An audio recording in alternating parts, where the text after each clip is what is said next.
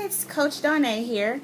I wanted to talk to you today about milestones and about the importance of making sure that milestones are celebrated in your life. Today, I had the opportunity to be a part of a women's retreat. It was a women's retreat for sacred self-care. So during that retreat, we actually had a session where we did meditation and we did yoga.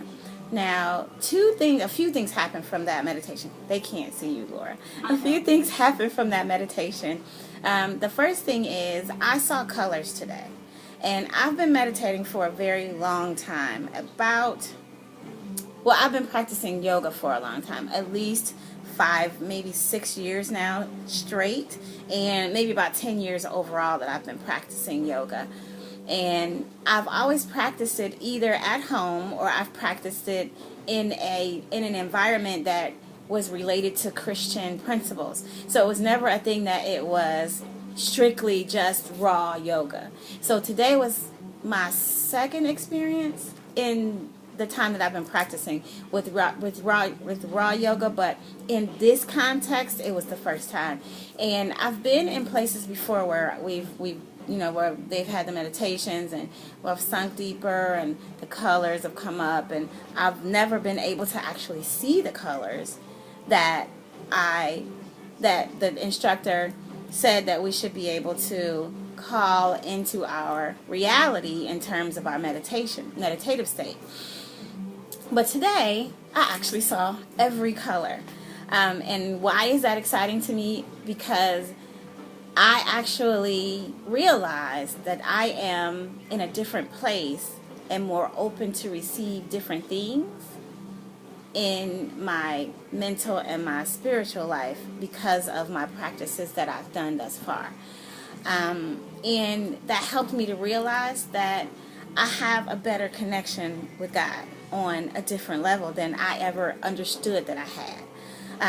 My communication with God has been off the charts as of late anyway, and the nuggets that I've been receiving, the ways that life has just been opening up for me has really been huge in a lot of different ways. But I never really connected it to my meditation time and my prayer time, my journaling time, and my yoga. And it was just huge for me to see that. It's to the point where it actually brought me to tears because I was so happy that I had gotten to the next level. And it happened incrementally, but I didn't notice.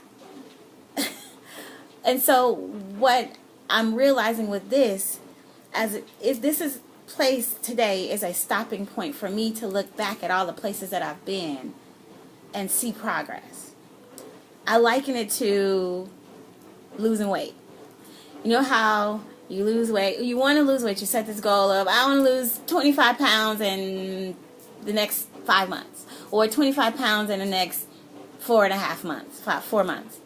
So you start out and you're working out, sweating and sweating to the oldies and sweating, walking away the pounds and doing turbo jam and booty, whatever, abs and all that other stuff. And you get the personal trainer and you're eating right and you're exercising and you're sweating and you're losing sleep and you're getting too much sleep and you sore like crazy. And then you get on the scale and you've lost 3 pounds. And you know that those 3 pounds came off because of your due diligence and your time that you spent doing it, and you are excited and elated. And incrementally, you keep losing until you reach your goal. And when you reach your goal, you are ecstatic. But the truth of the matter is, when you started losing and you started your regimen, it didn't happen that you lost the 25 pounds like that. The 25 pounds came off in incremental steps. And every milestone that you had to get to 25, you celebrated them because they reminded you of the work that you had done, and they gave you fuel to continue to go on.